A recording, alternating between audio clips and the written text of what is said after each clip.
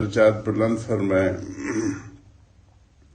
بہرحال اس واقعے میں صحابہ کرام سے دو غلطی ہوئی۔ ایک تو گھاٹی پر سے ہٹ جانا، اس کا منشات اجتہاد تھا، جیسے کہ مفصل بیان کر چکا ہوں۔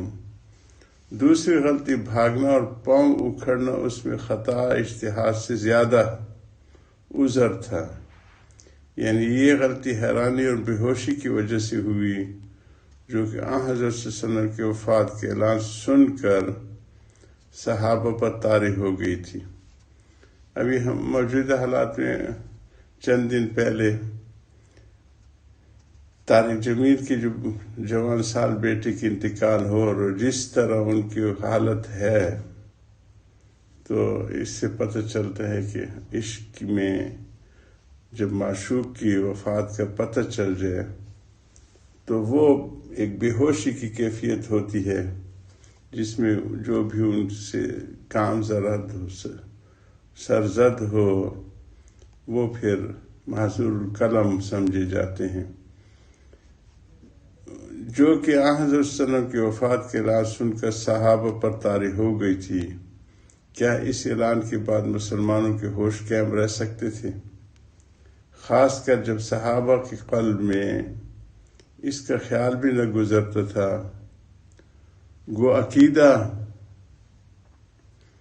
یہ عقیدہ ضرور تھا کہ حضور صلی اللہ علیہ وسلم کی وفات ہوگی، مگر غلب محبت کی وجہ سے اس جانب التفات نہ ہوتا تھا، اور اس پر تعجب نہ کرے کہ کیسے ممکن ہے۔ میں نے خود دیکھا ہے کہ ایک بیوی کے انتقال شوہر پر بے حد صدمہ ہوا اور خود مجھ سے کہا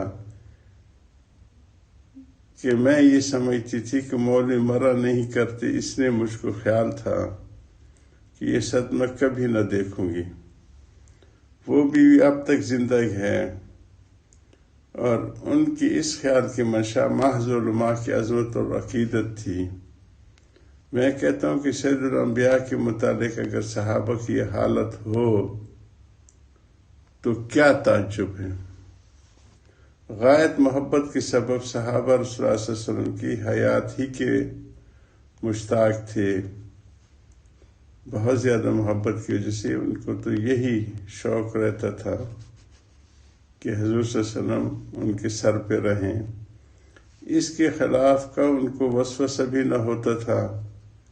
اس لیے تو حق تعالیٰ نے حضور صلی اللہ علیہ وسلم کی وفات کو بہت اہتمام سے بیان فرمایا۔ وما محمد اللہ رسول قد خلت، آخر آیت تک، یعنی محمد صرف رسول ہی تو ہیں، آپ سے پہلے اور بہت سے رسول گزر چکے ہیں۔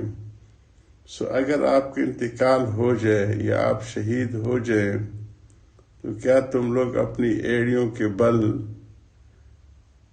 دین حق سے پھر جاؤ گے؟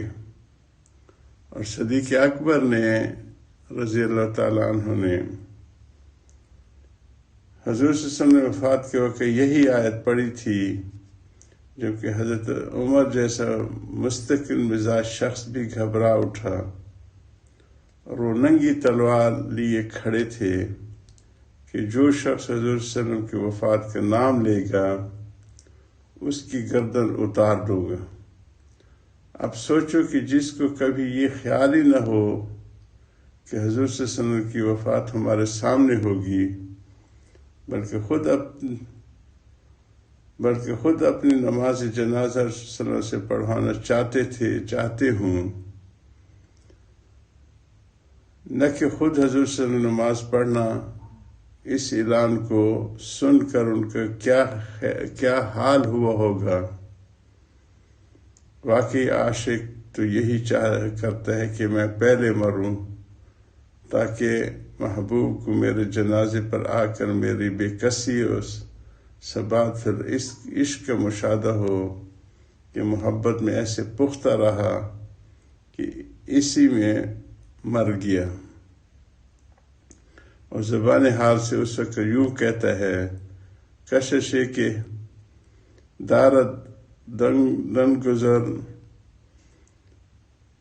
ردت بدنیا نساں بجنازہ گر نیاتی بمزار خواہی آمد، عشق کی کشتی تجھ کو اس طرح نہ چھوڑے گی، جنازے پر اگر نہ آئے تو مزار پر ضرور آؤں گا۔ حضرت کی ان باتوں کو جاری رکھیں گے۔ وآخر دعوانا الحمدللہ رب العالمین۔ یا رب صلی وسلم دائما ابدا علی حبیبک خیر خلق کلہم۔